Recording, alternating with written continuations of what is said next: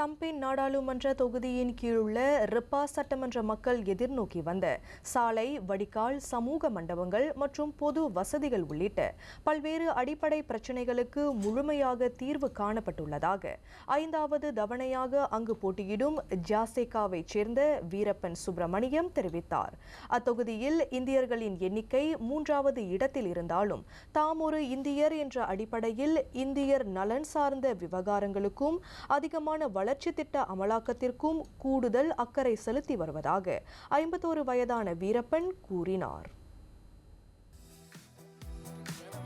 ரிப்பா சட்டமன்றத்தில் சீனர்கள் 11,900 பேரும், மலாய் வாக்காளர்கள் 10,800 பேரும் இருக்கின்ற வேளையில் இந்தியர்கள் 5,000க்கும் அதிகமாகவே உள்ளனர்.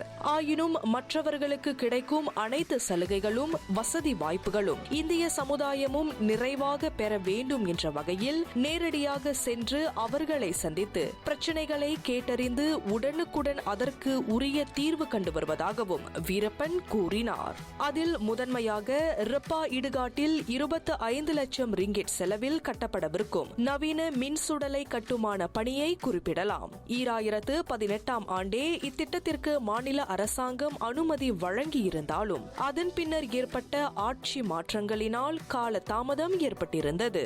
இருப்பினும் அரசாங்கம் விண்ணப்பித்திருந்த அனைத்து ஆவணங்களையும் பிரதமர் துறையிடம் குறித்த நேரத்தில் சமர்ப்பித்திருந்த நிலையில் 2023ஆம் ஆண்டு பிரதமர் டத்தோஸ்ரீ அன்வார் இப்ராஹிம் அதற்கு அனுமதியும் மானியமும் வழங்கியிருந்ததாக நெகிரி செம்பிலான் மாநில ஆட்சிக்குழு உறுப்பினருமான வீரப்பன் கூறினார். ஸோ அது இப்போ கேஎம்எல்லாம் அப்ரூவ் பண்ணி கட்டுமான பணிக்கு ஆரம்பிக்க போகிறாங்க. கான்ட்ராக்டை ஸ்டார்ட் பண்ண போகிறாங்க. ஸோ இது கிராண்ட் வேலாம் நடந்துகிட்டு இருக்கு. ஸோ இது என்னன்னாக்கா இங்கே பொறுத்த வரைக்கும் கிரிமிட்டேரியம் இல்லை. கமாஸ் 1.5 ஹவர் பிடிக்கும், பாவு போகிறதுனா 1.5 ஹவர் பிடிக்கும், இங்கிட்டு மலாக்கானா 1.5 ஹவர் பிடிக்கும், சிரமம்னா 1.5 ஹவர். ஏற்கனவே அந்த ஃபேமிலி துக்கத்தில் இருப்பாங்க, மீண்டும் ஒரு துக்கத்தை கொடுக்கக்கூடாதுல்ல. ஸோ அதனால தான் இந்த கிரிமிட்டேரியம் இங்கே உள்ளவங்களுக்கு ஒரு நல்ல ஒரு விஷயமா இருக்கும். கிரிமிட்டேரியம் நம்ம இந்தியர்கள் மட்டும் இல்லை, சிங் இருக்காங்க, சைனீஸ் இருக்காங்க, அவங்களும் அதை பயன்படுத்திக்கலாம்.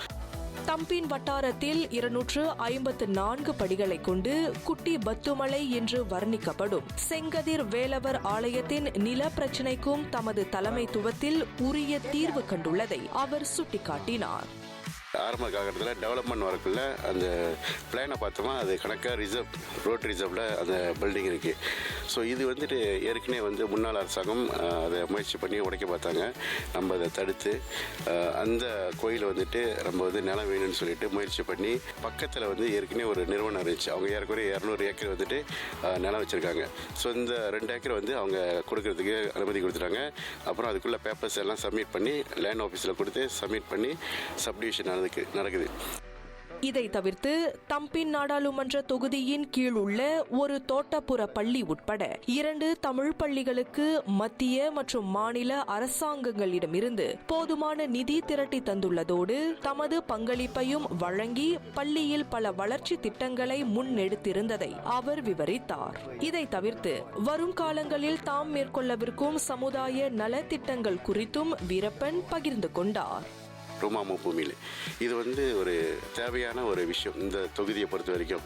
ஏன்னா வீட்டு வேலைலாம் இப்போ 4 லட்சம் 5 லட்சம் அந்த மாதிரி போகிற வாசி B40 குரூப்பில் உள்ளவங்க, இங்கே உள்ளவங்க ரொம்ப அதிகமான வருமானமும் இல்லை.